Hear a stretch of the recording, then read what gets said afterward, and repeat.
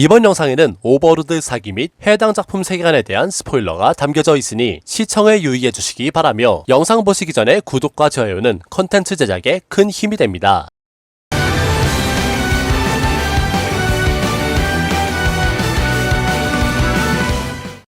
지난 11화에서 백금과의 전투를 보고하는 판도라즈 헥터. 그는 도계자를 박으며 시간을 끌었던 부분을 재현하였고 당시의 상황을 상세히 설명하는데요.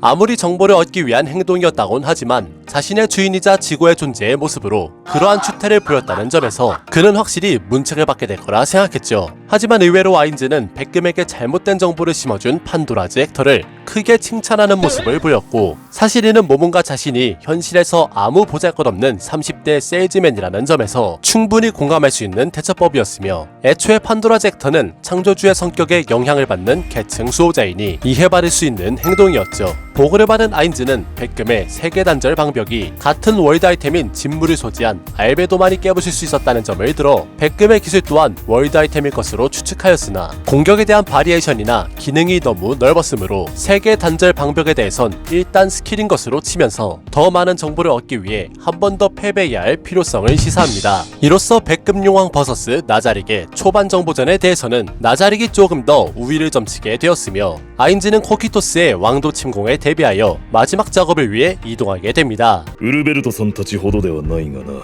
俺でも悪役には少しこだわりがあるのだ。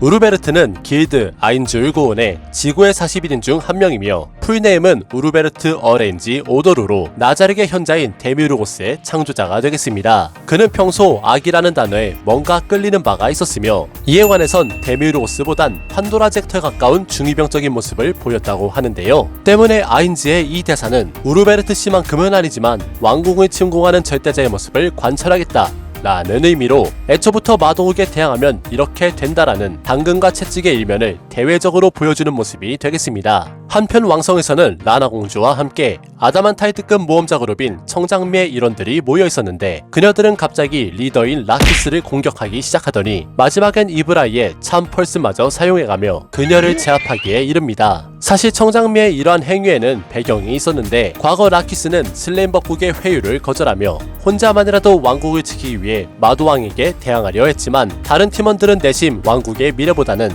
리더인 라키스의 목숨을 더 소중하게 여겼습니다. 그 결과 라키스가 무장하지 않을 만한 편안한 환경을 조성하였고, 팀원들이 힘을 합쳐 라키스의 HP와 저항력을 떨어뜨려 놓고서야 겨우 그녀를 데리고 왕국으로부터 벗어날 수 있었죠. じゃあ自分だけでもとか言い出しかねねえからな。 사실 이 부분은 라키스의 강함이 부각된 장면이었는데, 레벨 20대 중반인 가가란의 구타를 정면에서 맞았고, 동레벨의 닌자인 티아에게 급소 공격을 당했음에도 추정 레벨 50대인 이브라이의 저항 약체화 마법을 거부하는 등 이 세계인을 기준으로 봐도 상당히 뛰어난 포텐셜을 보여줬습니다. 애초에 라키스는 죽은 자를 되살리는 제5위계의 소생 마법인 라이즈 데드를 사용할 수 있는 걸 봐선 그녀의 레벨은 최소 30대 초반인 것으로 보이며, 이는 왕국의 전사장이었던 가제프 스트로노프보다 높은 수치로 라키스는 아직도 성장하는 단계라고 합니다. 하지만 이들은 왕국을 떠나기 직전 자신들의 거처를 라나 공주에게 알려주는 실수를 범하게 되는데요. かなり昔に滅んだ国があってな。そうですか。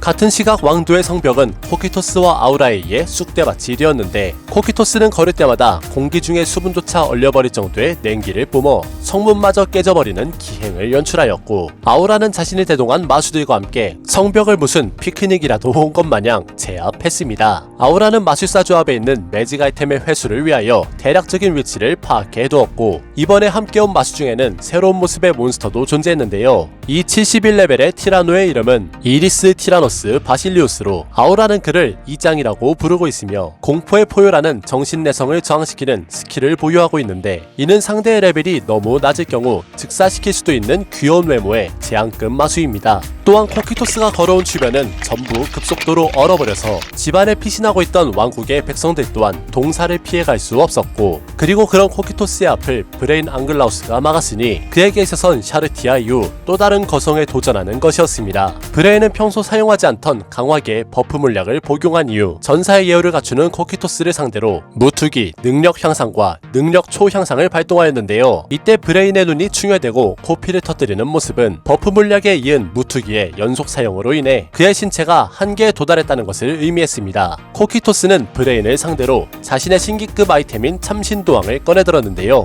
이 참신도왕은 지구의 41인 중 한 명이자 코키토스의 창조주인 무인 타케미카즈치로부터 물려받은 것이며, 때문에 코키토스가 보유하고 있는 21자루의 무기들 중 가장 애착이 강한 애검이라고 합니다. 코키토스가 이 무기를 들었다는 것은 상대에 대한 최대한의 경의를 표한다는 의미로 그는 브레인 앙글라우스를 쉽게 볼 수 없는 강자로 인식하며 단칼에 그를 죽음으로 인도했습니다. 브레인 앙글라우스의 강함이 코키토스에게 있어선 비할 바가 안 되는 약자에 불과할지도 모르겠지만, 그럼에도 브레인은 나자르에게 이익을 가져다 줄 수도 있는 약자였기에 코키토스는 최대한의 경의를 표하여 그의 시신을 그 자리에서 얼려버렸고, 왕성까지 향하는 일직선의 길을 굳이 돌아서 브레인 앙글라우스가 코키토스의 길을 막았다 라는 증표를 만들었습니다.